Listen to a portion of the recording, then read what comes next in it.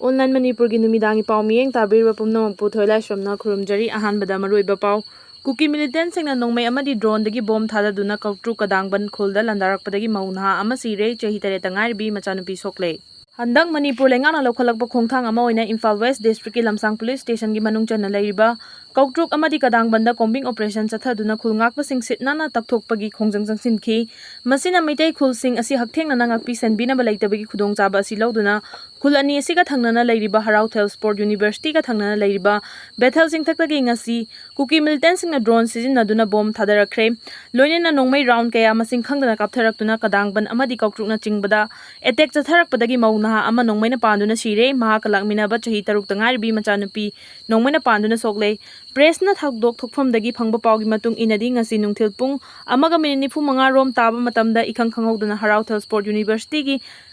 Mathak thangba chingdong parengda leiriba afaba makhagi khulai paiba Kuki militant singna Koutruk tamna nongmai kaptharakhi ngasegi matungda drone ahum thagalaktuna drone dagi bom mathang thadarakhi chairo asida nongmai leptana kaptharakpadagi Koutruk amadi fayeng anilona balambida mapamda chaluba mauna amagi maraibakta nongmai maruna panduna thogdok thokfamda sikhi aduga mahaka loinarakpi chahi tare tangaribi machanupi na nongmaina panduna sokhi nongmaina panduna leikhidrabi mauna asigi maming ngangom ongbi surbala kungata red mapuroibagi maming ngangom ingo kawi fayeng umang laikai da mayum panbani soklabi machanupi adugi mamingna memicha taruk kawi maki ye thangba pambomda nongmai maru amana panduna sokhi mama mapa asi ngasi mapam lamdam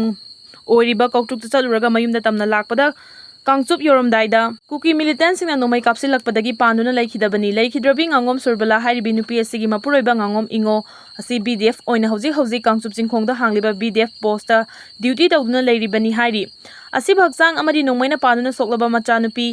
adu thogdok thokfamdagi lokhatuna hojik Rims Hospital laikatnaduna lairi loinana laikhidrabi surbalagi thawai yaudrba hakchang so hojik Rims mokta puraktuna lairi hairi thogdok asi thokle haibagi pau tabadagi thogdok thokfamda CRPF ki bulletproof gari kaya yauna state security force sing thomjilaktuna Kuki militant singa makhatana nongmai kapnaki cherak asida ngasi nungthil pung aniga minute 95 rom taba matamda su Kuki militant singna drone ahum thagalaktuna drone dagi bom mathang kadangban amasung Koutruk ka tainaba mafam singda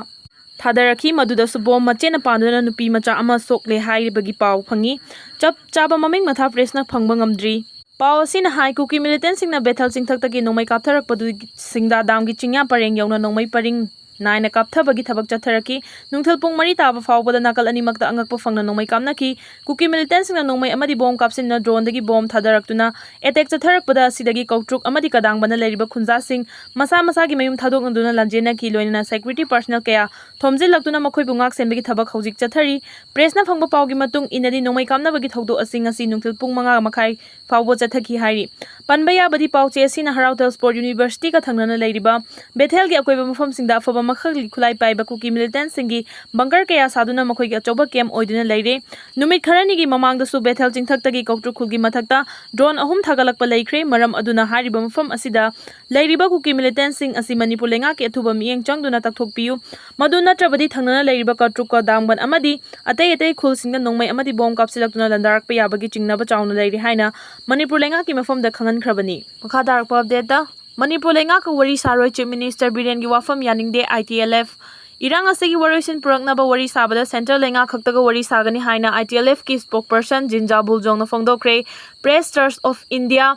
PTI na loba interview amada magna hai Manipur ki Chief Minister N Biren Singana Manipur thokliba irang asi losinabagi demak Naga MLA ama oibata natana Hills Area Committee ki chairman su oiriba Dinganglung Gangmai administratori oina hafkre hairiba asi yabangam loi Kuki Jona wari sagadoriba asi subnatagi center lenga khaktagani haina Itlf ki spokesperson Jinja Buljong na phongdokre magna makhata na hai wari sanaba asi Kuki jogi apamba mongda condition amagi makhada pangthokadabani wari sanabagi thaba asi central government na yatpa thausil amagi makhada pangthoklaba matamdada saruk yagani Manipur government gi amadi mitaidagi tokhai taba haibasina amata ngarba warisin oigani government asigi makhada Kuki jo kaya hatkre yum kai amadi church kaya mai thakre Kuki jo na lenga asida thajaba leite haiba wafam singsu phongdokhi